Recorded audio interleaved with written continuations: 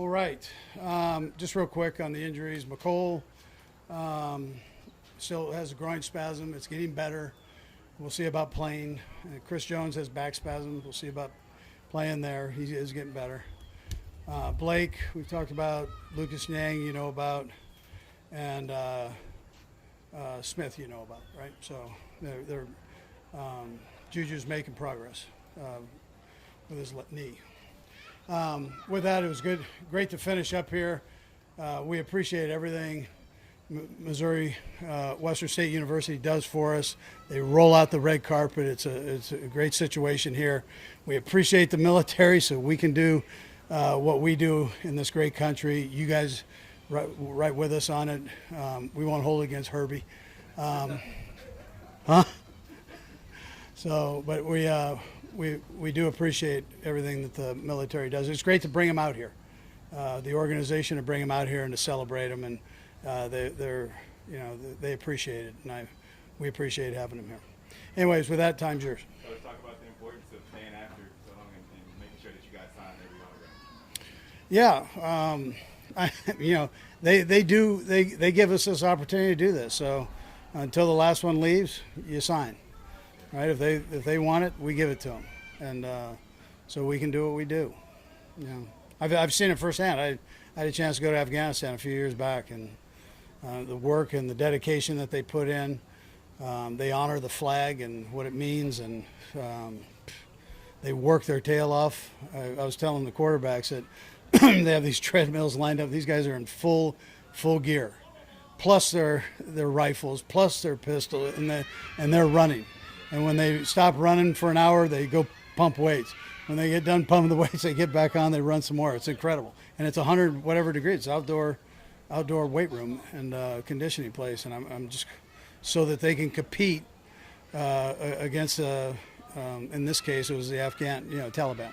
So it's amazing dedication that they do. I mean, Herbie knows this, but it's the dedication is incredible, and it's everybody. I mean, we're in Afghanistan. There's one river, tiny, like a creek, and the Navy's there. So it's everybody. Everybody does it, and they do it with passion.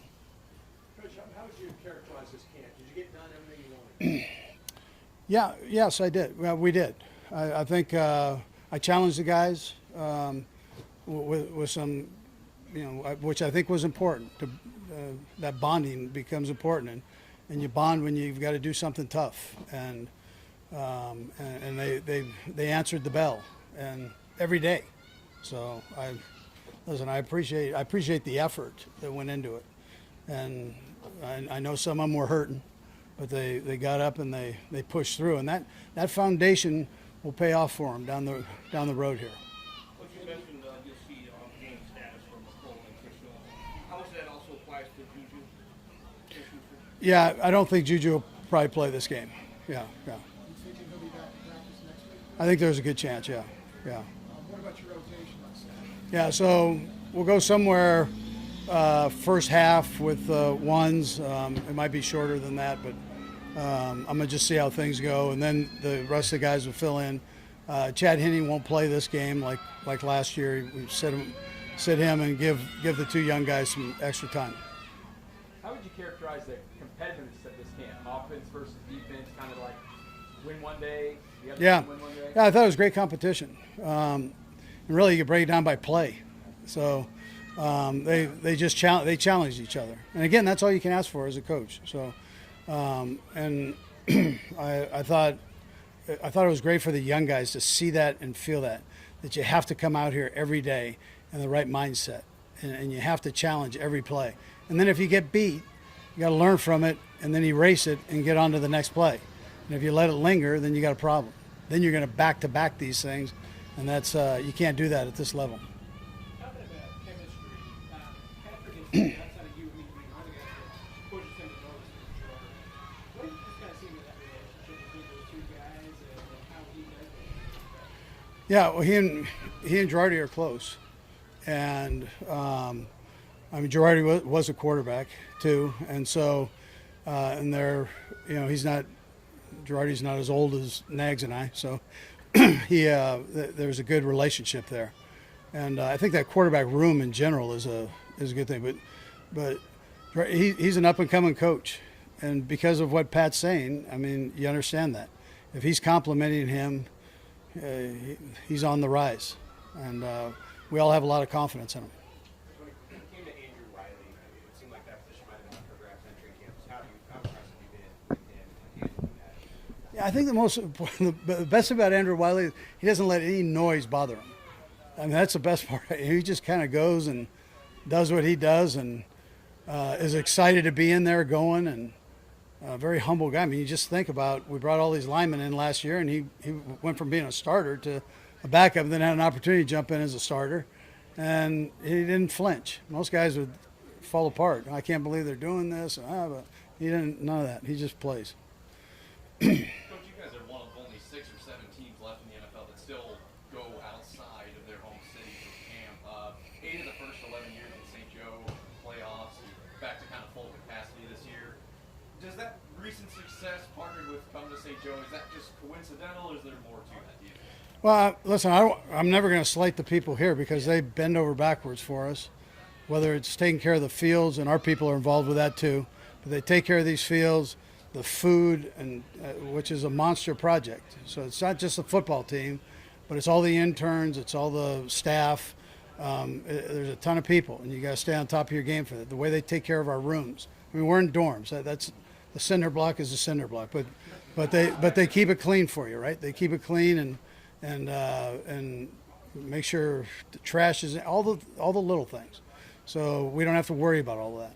You know, and then our equipment staff, you know, the people that get no credit, they bust our tail too. I mean, the laundry for all of us is ridiculous, and Schropp and Allen get in there and they, you know, turn that stuff around every day. I mean, it's crazy.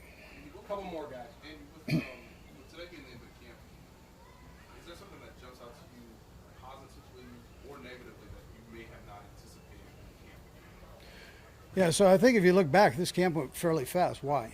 So not a lot of distractions. Guys coming in, working hard. New bodies in here wanting to learn. New guys in here wanting to learn, and they're excited to be here. This guy over here, Patrick, and his attitude, you know, it's a positive attitude from your leadership group every day, and he tries to get better every day. Kelsey tries to get better every day. Chris Jones tries to get better, you know, 55. I mean, they're all in there just battling like crazy. Frank Clark, and you know, I mean, I appreciate that, and that becomes contagious.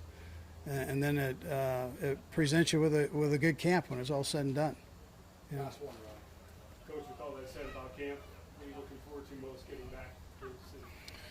Yeah, well, I mean, you know, probably sleeping in your own bed, right? But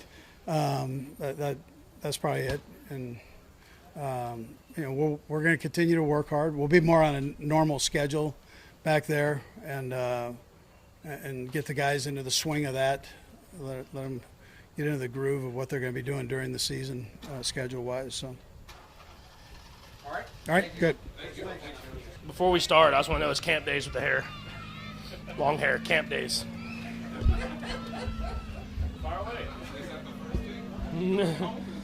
Oh, yeah, we're getting a haircut tomorrow morning. Yeah, it's camp days. I gave my headband away. That usually kind of hides it. So haircut's coming soon. Yeah. Get the haircut as quickly as possible. After 17 days of training camp, full team practices, how much do you think that your personal goals, professional goals, that you've accomplished, and what needs to still recognize? Yeah, I think we took a giant step as far as kind of how we do things. I mean, we have the talent. We got the guys that can go out there and make the plays. But like Coach Reed runs a tough training camp. It's just kind of what we've been known for. I think it makes us better for it. And I think guys, as we went on, understood that, and they came out with the mindset they're going to compete every single day. And I think you saw offense have good days, you saw defense have good days, and that's usually a good sign for a good football team. On that side, the defense had some good days, right? Mm-hmm. Just a little, not fights or anything, but spicy, I guess. There was competitiveness here Yeah. and there. Did you like that part of it, the defense challenging you guys? I mean, you have to love it. If you're if you're dominating on offense every day and they're not doing anything, it's usually a bad sign because you know it's going to be a kind of a tough year. So you want it to kind of be mixed. I mean, obviously as an offensive player, you want to dominate every single day, but you know there's going to be days where they have their day and they're going to go out there and compete and have those competitors. And I mean, you want a little trash talk. I mean, you don't want fights necessarily, but you want trash talk. And you want guys competing because at the end of the day, that's what makes great football teams and makes it's guys on both sides of the ball competing every single time. Coach said you're going to get to play most of the first half, right? Mm-hmm. You're not going to have Juju. Who knows about Nicole? What can this mean for some of your other wide receivers to get to play out there with the first team guys in this game? Yeah, I mean, it's going to be exciting opportunity for them. I mean, you saw guys like Sky and Justin Watson kind of make plays when they came in this first preseason game with Shane and Chad. And so for them to make plays there, they're going to get obviously more reps with me in this game.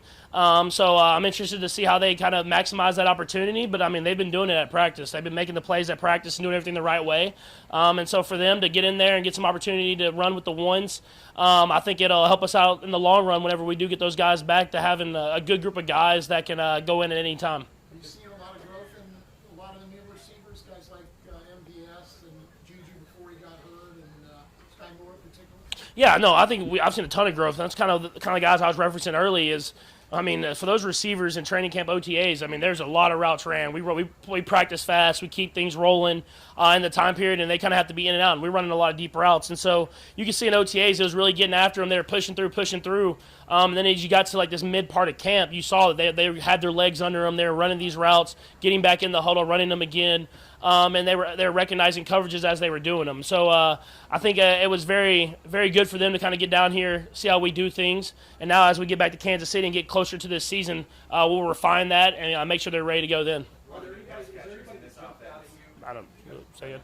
Is there anybody that jumped out at you? Camp people that jumped out and you that had no good camp? Chris Jones, I mean, he was dominant. It's the first one that I think of. I mean, I think the biggest thing with Chris this year, I mean, from what I saw, it was the run and the pass. I mean, he was down there dominating stuff, making tackles on run game, just as much as he was getting to the quarterback and getting around me, affecting how I threw the ball. I thought some of the receivers had great camps. I thought Noah Gray had a great camp, kind of making stuff happen. I thought Jody, up until the injury, but he was having a great camp, and I thought he was kind of bouncing back as he got back involved. So I think it's a lot of guys had great camps out here, and I mean, you expect guys like Chris, Travis, and all of them to have great camps, but seeing other guys have great camps is always a good thing. When you came into this camp on paper, obviously, with the pass catching being a different kind of new offense in a sense, how has your outlook changed, in a positive way, and what you learn about these guys maybe heading into what will be these two preseason games in the regular season? Yeah, I think we have a lot of versatile receivers. We got some guys that are really fast that can still go up and make catches. I think you saw that with the videos on Twitter with Watson in the end zone yesterday, and 2 days ago Marquez in between two defenders going up and make a high point in the ball. So when you have guys that are big, they can still run fast and stretch the field, but can make those tough contested catches. It shows how versatile they are, and I think it kind of attests that it's going to come from everywhere this year. It's not going to be one guy. It's going to be everybody's going to have to kind of put their blueprint on this offense. And I'm excited for it. You had a bunch of guys in the wide receiver room that you were, familiar with. Now you have a lot of those new guys, and their learning curve may be a little bit different than the guys that you were, familiar with before. Does that change how your teaching style and what you want them to do?